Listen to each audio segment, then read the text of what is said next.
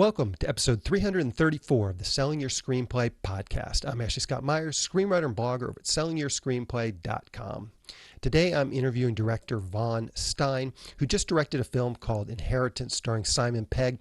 We talk about his career working as an assistant director and then how he was able to transition into directing and then how this film came together for him. So stay tuned for that interview. The SYS six-figure screenplay contest is open for submissions. Just go to www.sellingyourscreenplay.com/contest.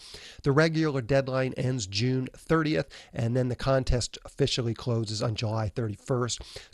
So less than 2 months to get your screenplays entered. The idea for this contest was simple: find the best low-budget scripts and present them to the industry. I'm defining low budget as less than $1 million US. In other words, 6 figures or less. Every submission will get read by at least 3 professional readers, and I've lined up about 40 industry judges to read the scripts that move out of the first round. We're giving away thousands in cash and prizes to the winners. Once again, if this sounds like something you'd like to learn more about or perhaps enter, just go to www.sellingyourscreenplay.com/contest. And if you're listening to this podcast after the contest has closed, we're planning on running this contest every year, so check out the landing page to see what upcoming dates might be approaching. Once again, just go to sellingyourscreenplay.com/contest. If you find this episode valuable, please help me out by giving me a review in iTunes or leaving a comment on YouTube or retweeting the podcast on Twitter or liking or sharing it on Facebook. These social media shares really do help spread word about the podcast, so they're very much appreciated. Any websites or links that I mentioned in the podcast can be found on my blog in the show notes. I also publish a transcript with every episode in case you'd rather read the show or look at something later on. You can find all the podcast show notes at www.sellingyourscreenplay.com/podcasts. And then just look for episode number 334. If you want my free guide, How to Sell a Screenplay in 5 Weeks, you can pick that up by going to sellingyourscreenplay.com/guide. It's completely free. You just put in your email address and I'll send you a new lesson once per week for 5 weeks along with a bunch of bonus lessons. I teach the whole process of how to sell your screenplay in that guide. I'll teach you how to write a professional logline and query letter and how to find agents, managers, and producers who are looking for material. Really is everything you need to know to sell your screenplay. Just go to sellingyourscreenplay.com/guide. So now let's get into the main segment. Today I am interviewing director Vaughn Stein. Here is the interview. Welcome, Vaughn, to the Selling Your Screenplay podcast. I really appreciate you coming on the show with me today. A pleasure to be here. Thanks for having me. So to start out, maybe you can tell us a little bit about your background. Where did you grow up and how did you get interested in the entertainment business? Sure. I grew up in London and I sort of fell in love with theatre actually when I was a kid. I acted a lot and I was always involved in professional theatre. And I sort of started to turn trace from theatre and fell in love with film kind of when I was just towards the end of what you guys would call high school, I guess, and then into university. And I read film, drama, film and theatre as it was called then at university in Bristol. And I finished that and realised I did not have a clue what to do or how to do it. And I just knew I wanted to be involved in film. I'd sort of really, the film as a medium had just totally taken over for me. And I started working as a production assistant, which is what we call a runner within the assistant directing department. And I got very lucky, and apparently I make, nice tea and coffee.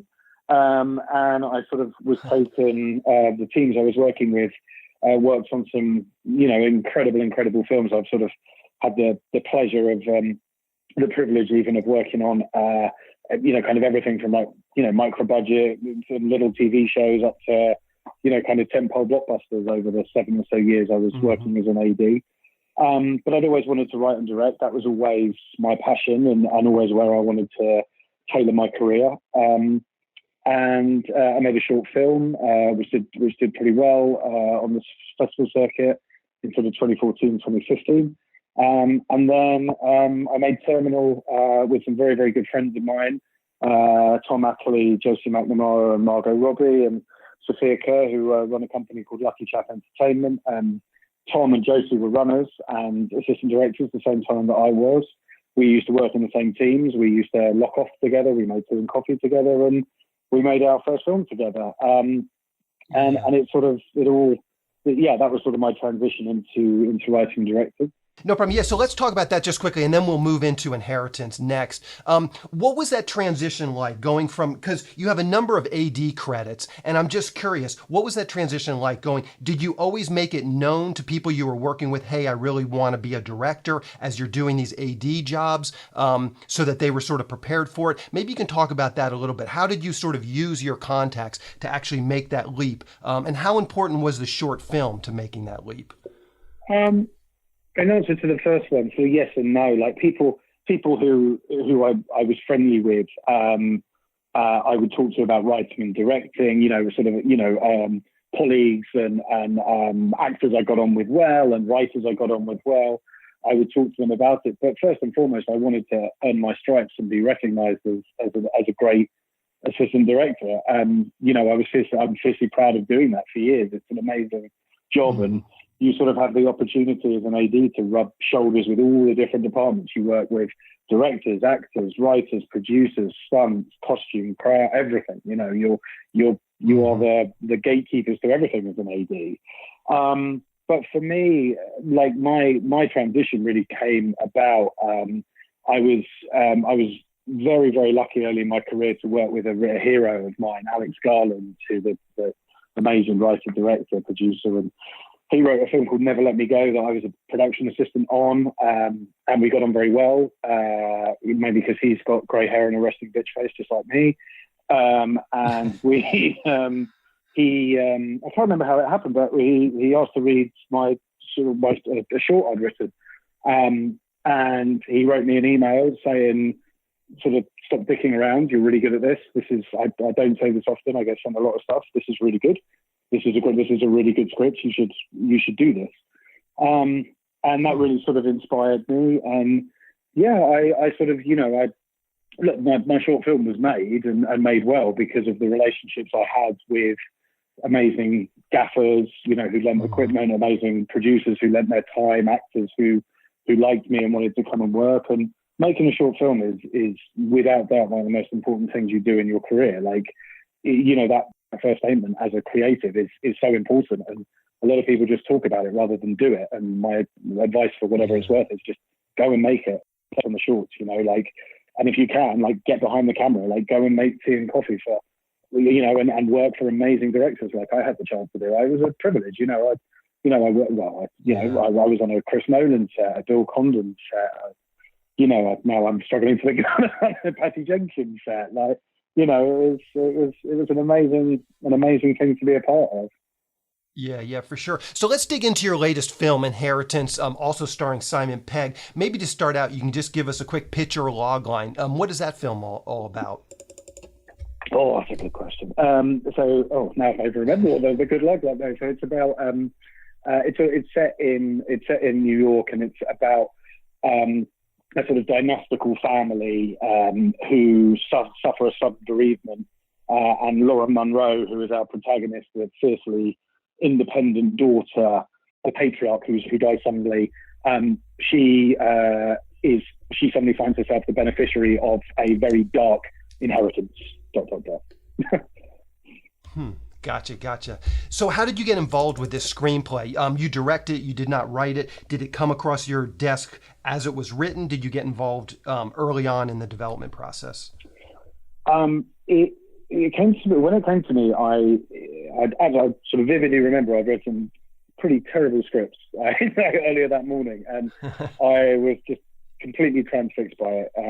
Matt Kennedy, who wrote it, brilliant writer. He was sort of able to blend, very complex, very sort of high stakes, dark thriller genre writing with this very satirical, very prescient sort of, almost folkloric edge to it. The monster in the basement, the skeletons in the closet, the nature of legacy and dark, and sort of dark secrets passed down the generations. And I remember thinking it was beautifully done, and it had me gripped. I was involved a lot in working with Matthew very closely, just sort of tweaking the scripts once, Simon came on board and Lily came on board, and sort of tailoring the characters to the actors and also to the locations as we found them. I loved collaborating. It was a real pleasure for me actually to collaborate with a writer and, to be able to work with someone very closely on sort of sculpting an already great script. Yeah. So how did this screenplay actually get in front of you? Did it come through your management? Did you have a friend of a friend that recommended it? And all those terrible scripts that you just mentioned that you were reading. And the reason I ask is because I get a lot of screenwriters asking me, hey, how can I get my script in front of this director or that director? So I'm always just curious to hear kind of how scripts filter to directors. Oh, actually, it came to me through my agents, through UTA. My agent and very good friend Jordan Lorna had sent me a batch over, and he sent me a script separately saying, "You should really read this. This is a great script." And nothing impresses Jordan, so I knew it must be good. Just in answer to your question, I think it's very hard. Of course, it's hard with that to get scripts. Brian and I'm finding that, actors and directors and producers, they read voraciously. Everyone lives in fear that they're going to pass on the big one, right?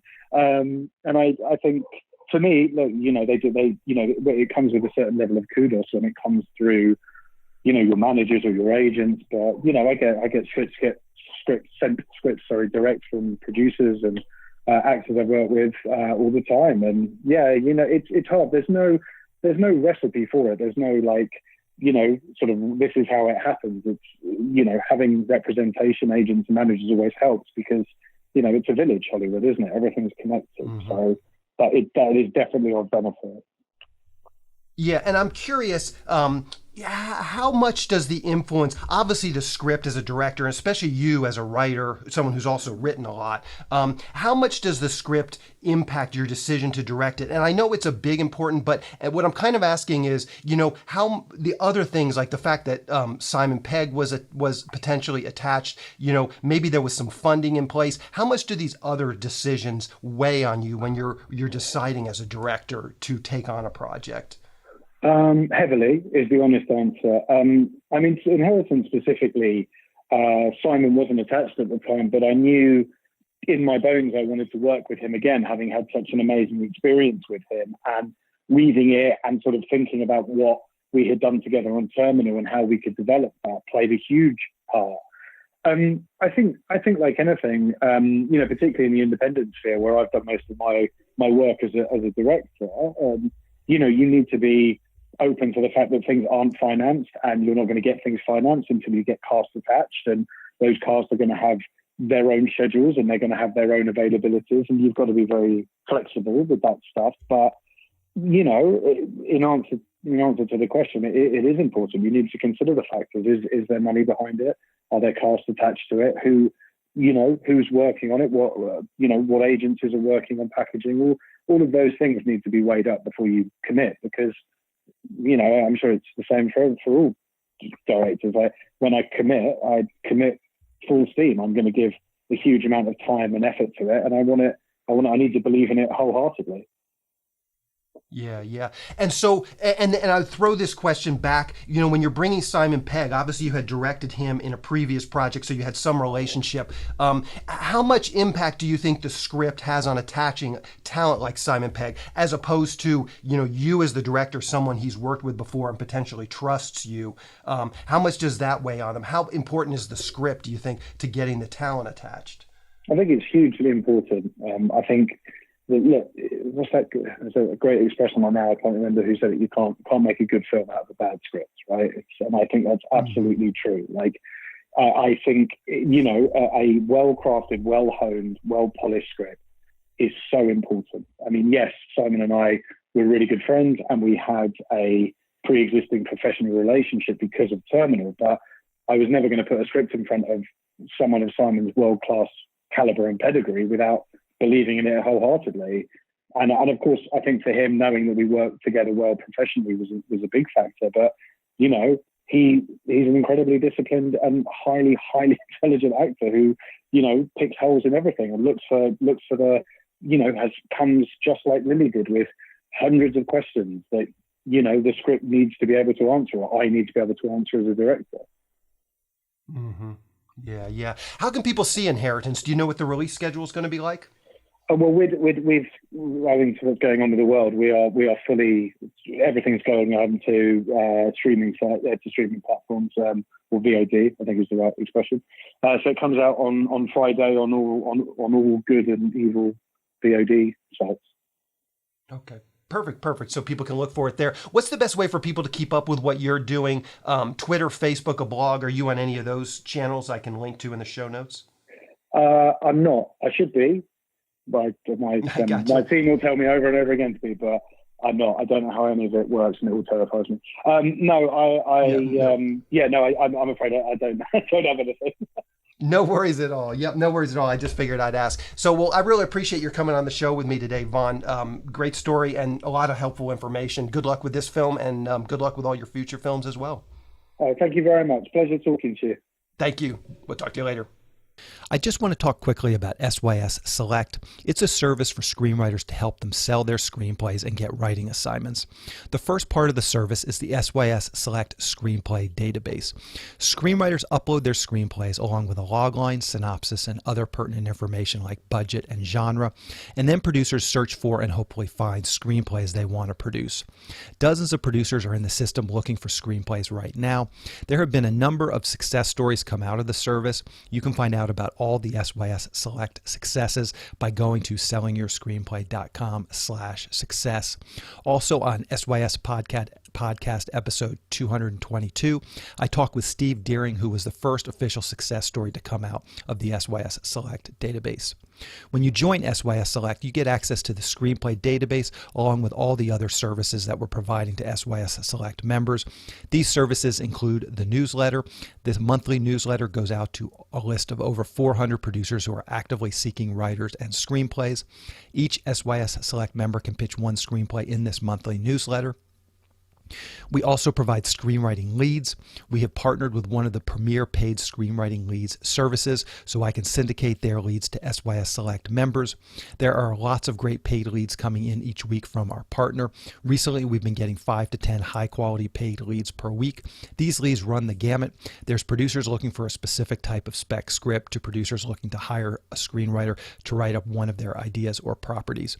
They're looking for shorts, features, TV, and web series pilots, all types of projects. If you sign up for SYS Select, you'll get these leads emailed directly to you several times per week. Also, you get access to the SYS Select forum, where we will help you with your logline and query letter and answer any screenwriting related questions that you might have.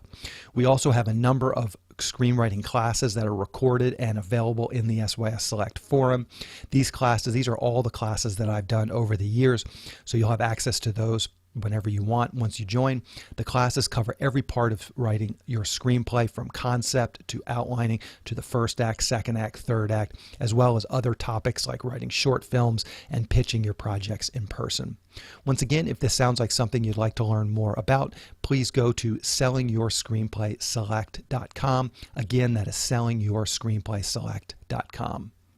On the next episode of the podcast, I'm going to be interviewing director Kevin James Barry, who just did a feature thriller called Among Them. We talk about his career and how his film came together for him. Like a lot of filmmakers on this podcast, Kevin began by making a short film, and now he has progressed to making features. So he's got a great story to share and tell us next week. So keep an eye out for that episode.